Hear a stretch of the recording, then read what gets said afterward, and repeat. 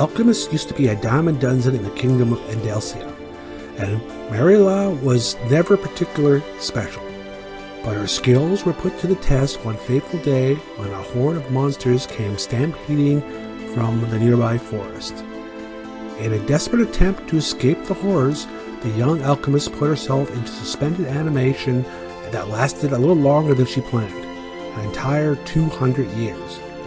Needless to say, there has been some big changes. The biggest of all, Marlena is now the sole alchemist in the entire kingdom. Her one wish in this strange new environment is to get back to her quiet, leisurely, low-key lifestyle.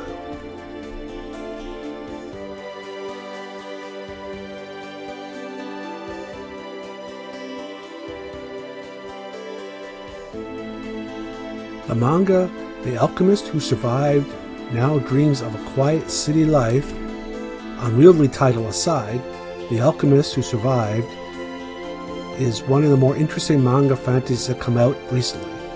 It is a straight fantasy series, meaning there is no otherworldly shenanigans, but it does have a vague feel of an isekai story that helps to make those works so popular, because the protagonist Marla spends an entire 200 years in stasis after she performed her spell a little too well to survive a monstrous incursion known as the Stampede. This means that she's now in a city both familiar and not, working her best not to only keep her status as an alchemist under wraps — the Stampede made the creation of new alchemists impossible — but also to understand the changes in the ideas of the world.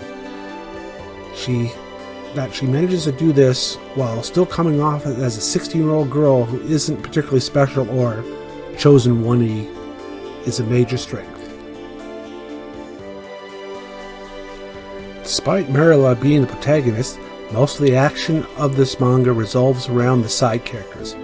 In the time that has passed since she slept, the Citadel City changes into the Labyrinth City.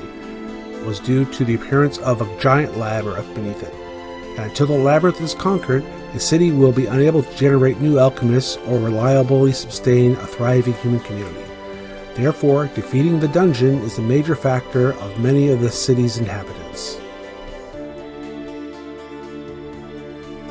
This ties into Marlena's in that the soldiers desperately need the potions only she can make, and when they figure out that the Black Iron Freight Corp has a mysterious source, the actions of several major figures in the subjugation of the labyrinth begin to revolve around her. Not only that she's fully aware of, a lot of people all want her to be kept out of it as much as possible so she can live her quiet life she wants. This is inevitably well-intentioned.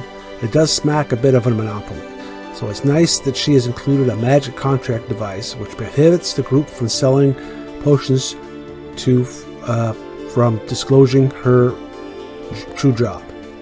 This means that she can read their desires to protect her as stemming from the urge to protect her for her own self-being. Another thing worth noting in the manga is the way the device of slave trade is used. It certainly was a bit eyebrow-raising in the first book, and certainly not a great storytelling tool in general, but in the first volume there's a greater effort to be made to explain how and why the system exists, as well as to crack down on the people using it. It is presented as a penal system device, more depth than we previously saw, and while that still doesn't fully excuse it, it certainly feels a bit like a step in the right direction world-building wise, and like the author may have realized it and that it wasn't a good choice overall.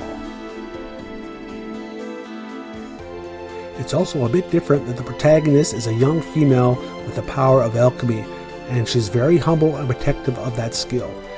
It does not look to become a reverse harem, and the only reason she seems to be overpowering is because her skill has not been seen for hundreds of years and is solely needed.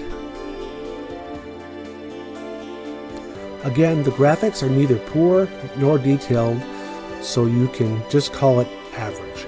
Even in the forest scenes, it seems a bit dull, so just typical drawing. The Alchemist Who Survived Now Dreams of a Quiet City Life is based on a light novel series, and presently there is one manga released in hard copy in English, while a second volume is due out in the summer of 2020. So a slightly different take on the fantasy series with the hopes of maybe more story than world building in the coming volumes.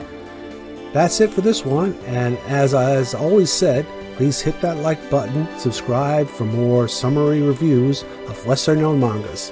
See you next time. Hi, this is Zara, thanks for watching. Please go and watch some of the stuff posted on the screen. Give me a like too or tell me what you thought of the video. Now go on and have some fun.